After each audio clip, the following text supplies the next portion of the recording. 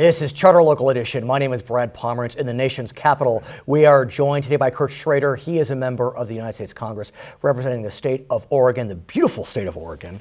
But the beautiful state of Oregon is facing a drought. Who would have thunk? California, we know, is facing a drought, but your beautiful state is in drought. What's happening, sir? Well, climate has changed. Right. Climate has changed. Regardless of what side of that issue you're on, it's making a huge difference to the farming community in my state. Also the forestry industry, too. We're worried, very worried about the wildfires this coming season. It's interesting you mentioned climate change because your new governor, Kate Brown, when she declared an emergency for 7 counties dealing with drought, she specifically gave a shout out to this notion of climate change. What's your sense of that and the importance that she appeared to put on this issue? Well, it's a big issue in Oregon. There's controversy there like any other place. But the effects are obvious and devastating. Farmers, local communities, the tribes, folks interested in the fish run in our great state, iconic salmon fish run, all are in grave, grave danger. There are proposals in our state legislature for accessing water in the Columbia off-season and using it to rehydrate aquifers to be used during the farming season. Lots of great ideas out there. And I think in Congress it's up to us to step forward. We have a forest resiliency bill we're trying to do to reduce the hazards out there, make it so if there are fires because of this drought that's going to be less damaging, and make sure that these counties, these communities actually get the assistance they need. I'm wondering though, there's so much noise surrounding the California drought. You know, we're starting to hear about Oregon and Washington facing drought, and it's almost an anathema to think, how could those two states face drought? The rain capitals of America, but yet these are real. These are real. So how do you get your colleagues to recognize the severity of the issue in the Pacific Northwest? Well, the bills there's no earmarks anymore. Okay. So good news is if California wants to get something done, they have to appeal to a broader swath of America, and Oregon and Washington are more than willing to help. And frankly, we have our friends in the Southwest that face perennial droughts and stuff, the Midwest on occasion. Our Southeast partners have had the same issue. So I would hope there'd be common interest there. You mentioned wildfires, and those are a serious concern.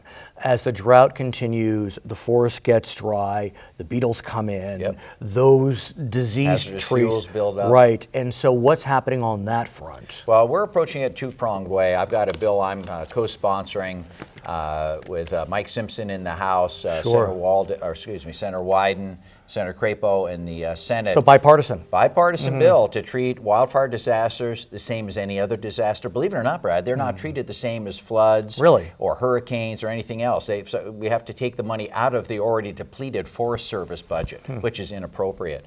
So that's one front, and then right now we're looking at working with G.T. Thompson, bipartisanly, Republican from Pennsylvania, on a resiliency bill where we would work with collaboratives, community action plans to streamline the NEPA process and make sure we can get into these woods early on, reduce the hazardous fuels, make these communities whole again, and actually hopefully prevent these fires from getting started in the first place. What about the question of timber? Some of your friends on the Republican side, Montana, Greg Walden, another congressman, they're looking at creating some formulas that in their mind would speed the timber harvest. Well, in a sustainable way. I mean, Congressman Walden, Congressman DeFazio, and myself had a bill, an ONC bill, Oregon and California Counties bill last session.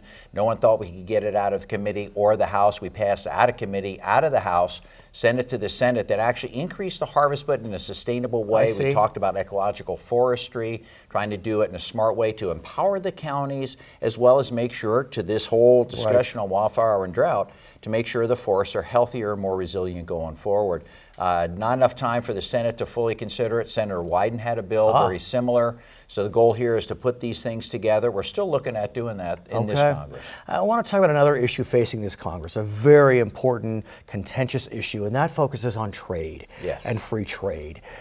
A lot of emotions on this question, and the debate is not cutting along party lines. You have Democrats and Republicans on the same side and on opposite sides.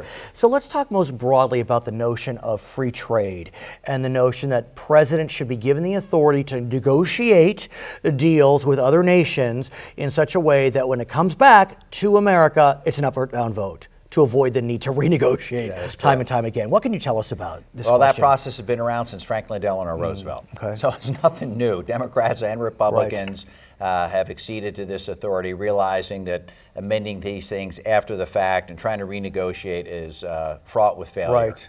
So the trick was, I think this time, is can we get a fast track authority, a trade promotion authority that reflects more transparency, labor and environmental concerns, and deals with some of the 21st century issues we haven't had to deal with in previous TPAs. This new one does all those things. One could argue, I mean, we look at what's in the actual bill authorizing TPA, and it does, I think, 150 concerns are listed, kind of directives to the president and his team. Main policy areas includes government-sponsored organizations competing against our private businesses. We can deal with that here. Currency manipulation, data theft. Let me ask you about currency, because that is one issue where there's been a lot of consternation about whether this TPA, or any TPA for that matter, can really address the currency manipulation question.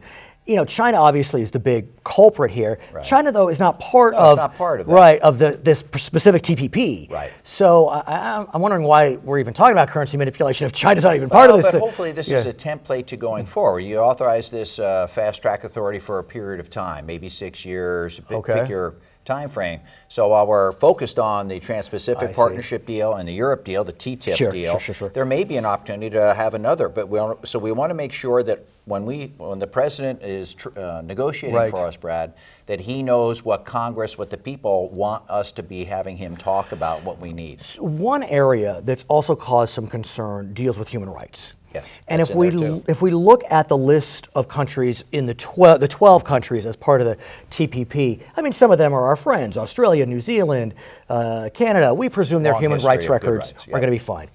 Brunei, Vietnam, Malaysia, Singapore, not as much. Correct. And so, you know, while one may have confidence that we can negotiate strong human rights protections, enforcement becomes tricky. Not so much. Tell me. My opinion, unless you have these people in an agreement, you have no leverage. One could argue. You have no enforcement mechanism. If they are part of this agreement and they do not up their game with regard to human rights, and I was talking to one of the ambassadors about Vietnam and what they're trying to do right now in terms of improving their situation, because they'd like to be able to trade with the United States without high tariffs. Indeed. But if they don't own up, then we are legally able to penalize them by having access to their lower tariffs as a result of this agreement, but that we can then jack up our tariffs back up to where they were and say, sorry, you're not living up to the agreement, so we have countervailing tariffs. So what have you said? So it works to our advantage. Okay, so what have you said to your friends, especially in the Democratic Party, that have been most concerned about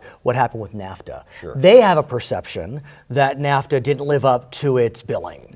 You know, someone else could read NAFTA differently and say it has lived up to it, but let's just, for argument's sake, what do you say to your friends? Well, I mean, they've got a legitimate point of view. I mean, they've been concerned. I think 20, 25 years ago, America was the economy of the world. And a big concern it was just going to ship some jobs overseas or out to Mexico. And I think it did do some of that. My point to them is this is a different time. The economy has gotten so much more global right now. There is a rising middle class overseas in a lot of these countries we're talking about, maybe some partners we'd want in the future, you know, like India or what have you, that can buy our stuff that weren't there 20 years ago. China is now a superpower economically, and they're going to be making these trade deals. If we don't, do you want China working conditions or do you want American working conditions? It's pretty safe. And who do you want to control the agenda going forward economically in the 21st century? I want the United States. His name is Kurt Schrader. He is a member of the U.S. Congress. Thanks, he represents the beautiful state of Oregon. My name is Brad Pomerance. You are watching Charter Local Edition.